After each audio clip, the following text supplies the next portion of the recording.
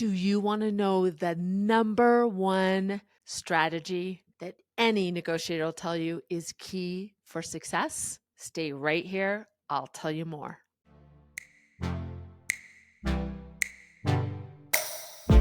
Hey, I'm so glad you're here. You made the choice to be here, and I appreciate that. So, today I want to talk about the most important aspect of a negotiation. It's like in real estate, they say location, location, location. It's similar. In a negotiation, it's preparation, preparation, preparation. That's not easy to say, but it's true. It's preparation. And the crazy thing about a negotiation, especially a high stakes negotiation, is that you get nervous about it. You have emotion around it. So the last thing you want to do is kind of spend more time thinking about it. But the key to any negotiation for success is to have a plan. And I want to dig into that a little bit more because it sounds so easy on the out just saying it, but there's a lot to that. There's a lot of layers to that preparation, and we're going to dig into that. I had a friend who is a lawyer, and she said the first thing she would always do in the first conversations around the deal is she would ask enough questions to know how prepared the other side was. And if they weren't prepared, she knew how much she could take advantage of the other side.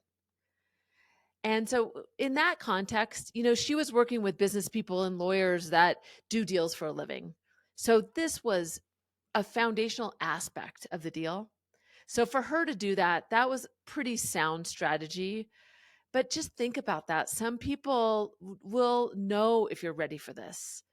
And so, prepping and being very intentional about what you moving into negotiation is key. And the reason it's important is because when we get in the moment, when we are at the table, we will have emotions that happen because we don't know exactly what will happen. So if you prepare and have a plan, that future self that is just flooded with all this emotion will have a plan to follow. And I think about that a lot. Even when I get triggered and I have emotion, I think, well, good thing I have this plan. And even if in the moment the emotions make me want to just agree, I force myself to go back to my past self who had my best interest in mind because that Susie took the time to really think about what was important. So when I think about preparation, it is key to getting your head right, to be thoughtful around what are the goals you have? What would the best outcome for you be? It's thinking about all of the leverage at play, even thinking beyond what will come up so that in that moment you have pre-thought about some of these different paths that maybe the other person could take or a question that they could ask that you won't be surprised about. That even if they ask you something or they introduce something that was unexpected, if you've thought about the leverage and thinking about the different places they might go, it might be adjacent to something that you prepared for. So thinking about the emotion that you might face in you or the emotion that might come from the other side, thinking about what you're going to do in those situations. I also like when I'm preparing, I very thoughtful about how I want to frame and reframe through the conversation. So I think about and script out sometimes exactly what I'm going to say to start the negotiation out. How am I going to frame this in a way that will make sense to them so they'll understand it from my perspective? And then, of course, with a preparation, you need to for sure talk about what are your alternatives or consider what your alternatives are, because that just increases your confidence. When you know there's alternatives to this negotiation, that allows you to not feel that you're strapped to have a deal in this moment, in this time. So all of those aspects are so key. And when you think about uh, distilling out or teasing out all of those topics that could come up, it makes you realize the power of it. so that you could think it through, so you could be clear-minded before you go in, so that you can be objective as possible in the moment. Preparation, preparation, preparation is key, and I'll give you some tips. But before, I'll also share a few stories. It's me. Thought I'd tell you how excited I am about this collection of courses I have available. It's all around the concept of adopting a negotiator mindset. And the only way to do that is to really understand what it's like to be a negotiator so that you can practice it in your everyday. I'm excited about this project because it's going to allow people to do this on their own time and go through the course at their own pace. If you want to learn more, go to SusieTomanchuk.com. I'd love for you to check it out. So welcome back. So thinking about some stories to illustrate the power of preparation, I had to laugh at myself because I started to remember some situations where I wasn't prepared. And as an extrovert, because I talk out loud and sometimes I just say what's on my mind, when I'm not prepared, you'll know it. Because when I don't know the answer to something, my just automatic response is to say, oh, I didn't contemplate that. I hadn't thought about that. And that's exactly what happened.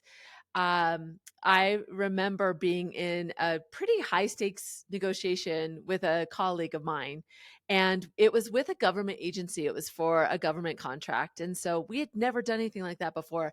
And to be honest, they didn't have anybody else to send. So they had to send us. We didn't take any time to think about what we needed to do, what number we had to get to. If we would have thought about the fact that this would be a different cadence, a different process than we were used to, that would have been really helpful.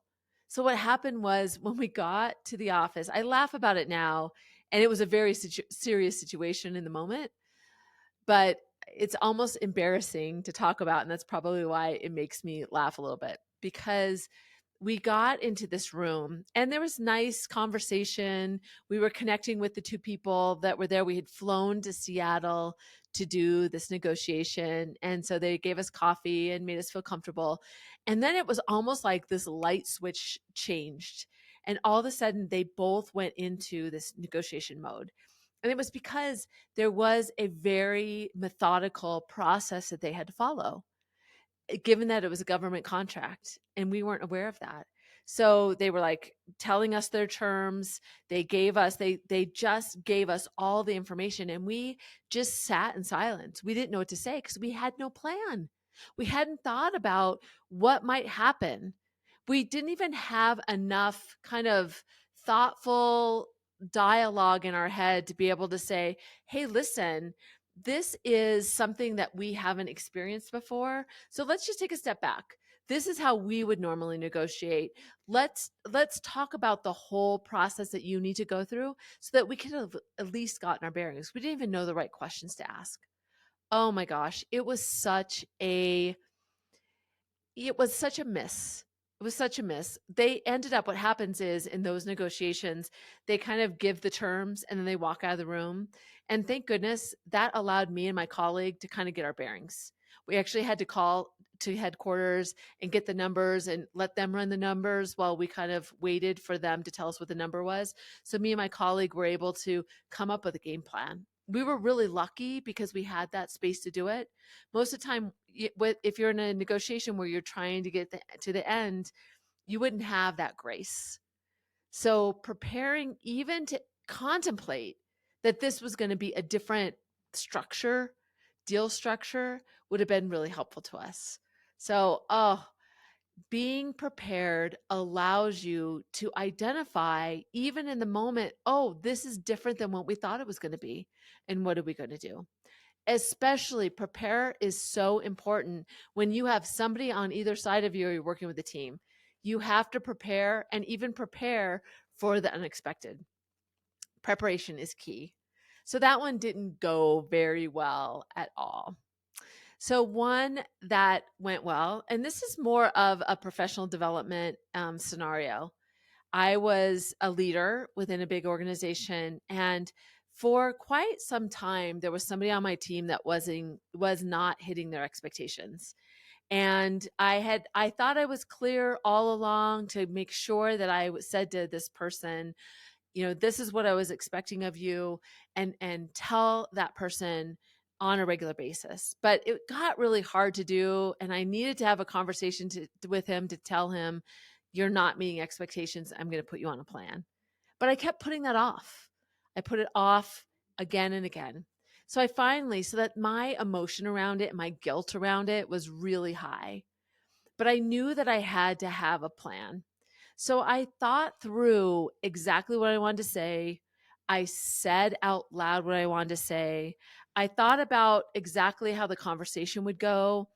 I anticipated the emotions that he would feel, that he would pull back to me, what excuses that he would give me. And having that preparation and being really thoughtful about it, and even identifying that I felt guilty that I was waited so long to have the conversation with him. And that made me feel less confident because I felt a little bit of guilt around it. Even preparing for that and saying to myself, it doesn't matter at this point. The issue at hand is that you need, as a leader, to be clear with him. So that preparation for me as a leader was key to that conversation. It allowed me to get into the right state of mind. It reminded me that it was my responsibility in the role that I was in, that I needed to spend the time to be really thoughtful about how I was going to come to him. And then not just to have the conversation, but what was going to be the follow up. I thought the whole scenario through.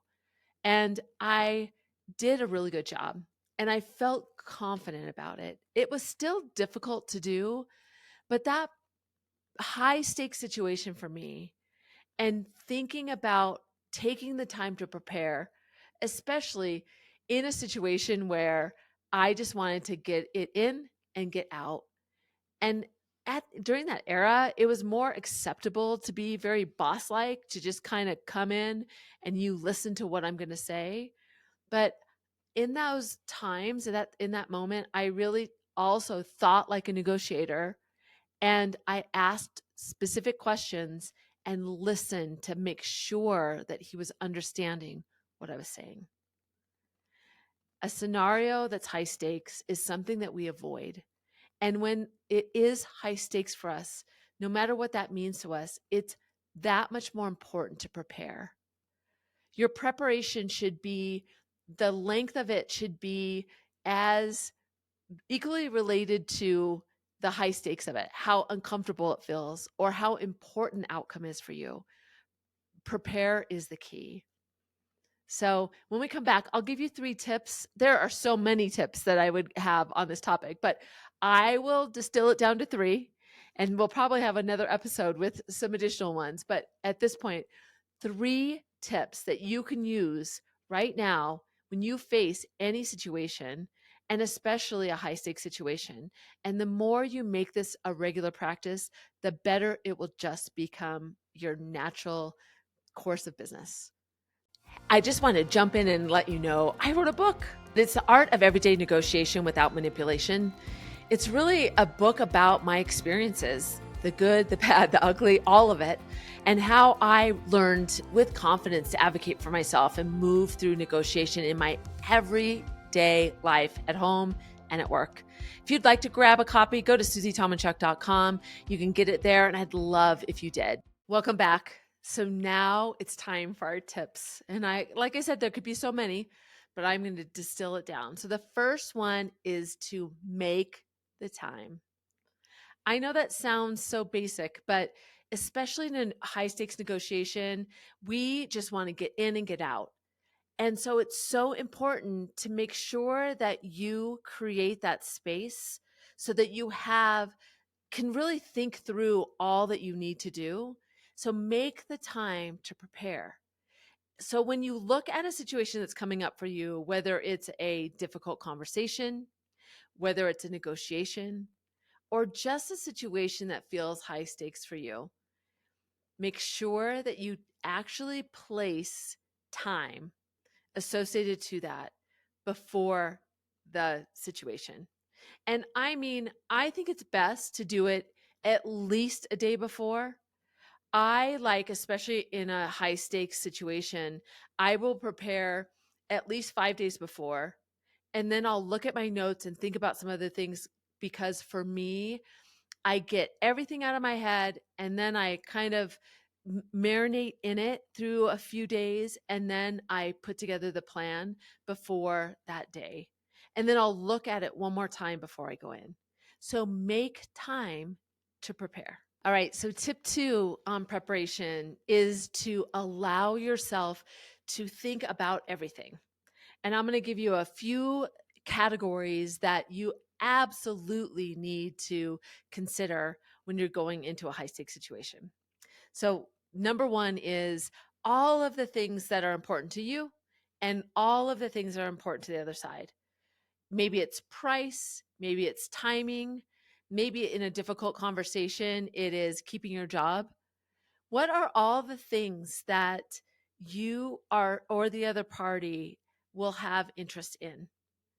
It could be a lot of things and even brainstorm way out of it, even if it's not anything that's going to come up. The more you can contemplate every aspect of the conversation, the better you'll be to not be surprised in the moment when that question comes up or that topic arises. So think about all the things, the leverage pieces. Contemplate how long it's going to take. Is it going to be one conversation? Is it going to be more than one conversation? Prioritize all of the things that are important to you and make sure you're really clear with yourself about what are your deal breakers. What are the things that you absolutely have to have and what's not important to you? Do the same for the other side. What's really important to them? What are the things that you know that are important to them? And then the last thing I'll tell you about planning for your preparation is have some questions that you are going to ask, some open-ended questions so that you can tease out some additional information, identify things that you might not know, but have some questions ready so that you can go right into it, especially when we get stuck and we're not sure where to go. Asking questions is a great way to get your footing back, to get your confidence back, and to also be really, really mindful in the moment so you can listen to and understand what the other person's needs are. So the second one is expanding and brainstorming about all the possibilities that could be in play in a negotiation. So, tip number 3, the last one I'm going to give you on this topic in this episode is to prepare for your emotions. We all know that emotions are at play. And sometimes our emotions, right before we walk in, we might say to ourselves, well, it's not the right time. They're not open to this conversation. We almost want this excuse to walk away. So be ready for that so that in the moment you can go, okay, I was expecting that. Yes, you are nervous. It's okay. You still need to move forward. You have a plan that you can look at. And think about how you'll feel in that moment when they say yes, when they say no. How will you feel? How will you adjust? How will those emotions play out for you? The more you think about that, the more in the moment you can identify and say, label in yourself, okay, there's that apprehension. I knew once I said yes, I'd want to go, okay, we have a deal and be done. These emotions are something that we can be more in control of when we've thought through how they're going to come about. And the other side of that is think about the emotion on the other side. Are they surprised about the situation? Are they going to become aggravated? Are they going to be sad or are they going to be excited? How are their emotions going to manifest in this situation so that when that happens you're not surprised by it, it doesn't make or adjust your plan at all, because emotions in others can actually make us adjust as well. So be ready for your emotions and theirs. So the 3 tips are, first of all, make time to prep. Number 2 is to brainstorm everything. Really think about every aspect on your side and the other side.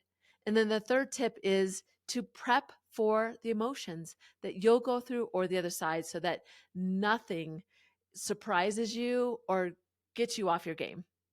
Preparation is key. So when we come back, We're going to put the pedal to the metal where we stop, start, and continue. So stay right here. Hey, Susie here. I thought I'd pop in. When I was a little girl, I always thought I wanted to be on the stage. I thought I might be holding a microphone and singing, but I'm now on the stage a lot, and I love it because it's not about me and that experience. I love to move people, give them an impactful message that really makes them feel confident so that they change their actions. If you know somebody in your network internally that hires speakers, I would love a warm introduction. Just send them to SusieTomanchuk.com speaker page. I would be so grateful. All right, so our last segment is putting it into practice. As an executive coach, you can listen to a lot of concepts, but I know that my clients only make a difference when they think about how to apply it for them. So I really want to challenge you to go participate with me in this stop, start, and continue. And I've thought about what I'm going to do as well to change my behavior. So moving forward, I can use preparation even more powerfully. So let's start with stop. What are you going to stop doing? What is that for you? What are you doing that isn't serving you as it relates to preparing for any kind of high stakes situation that you might face? What I'm going to stop doing is I do a lot of preparation in my head. I think about the scenario and I don't write it down. So I'm going to stop limiting myself by just doing it up here. And especially in a high stakes situation, I'm going to force myself to write it down. So I'm going to stop allowing me to take kind of a shortcut because I know I'll be that much more prepared if I thoroughly do it by writing it down. So I'm going to stop just thinking about it. What are you going to stop doing? What are you doing right now that's getting in your way of having great success? So what are you going to start doing? What are you going to start doing as it relates to preparing? Now, for me, I do schedule time to prepare, but I want to look at it. I'm going to start thinking about it more as a metric. How high stakes is this for me? And when I see something coming up that's really high stakes, I'm going to really spend more time and maybe even have more than one preparation time. I'm going to start doing that and think about it from a metric. So what do you need to start doing? What do you need to put in place when you think about those tips that I provided as it relates to getting yourself ready for a situation that's upcoming for you? And maybe you apply this. What are you going to start doing related to something that's coming up for you? And then continue. What am I going to continue to do? I really like to think way outside of the possibilities because I find that when I think about all of the things that could be at play, even if completely ridiculous, it allows me to really be creative and identify areas or lines or boundaries that I might not have seen. So taking the time to prepare, but also to really brainstorm and get a little crazy about what the possibility is, even if it's something like, what would be the best possible scenario? I want this, but this would be the amazing outcome. Looking at it like that and broadening what the possibilities are, then it doesn't limit you. Sometimes we get in our own way when we believe that this is where we needed to go. We don't even see the next step. So I'm going to continue to really pull out the possibilities, be really thoughtful about what is possible on my side and what's possible on the other side. So what are you happy that you do? What are you giving yourself credit for that you can continue to do as it relates to preparing yourself for any kind of high stakes situation?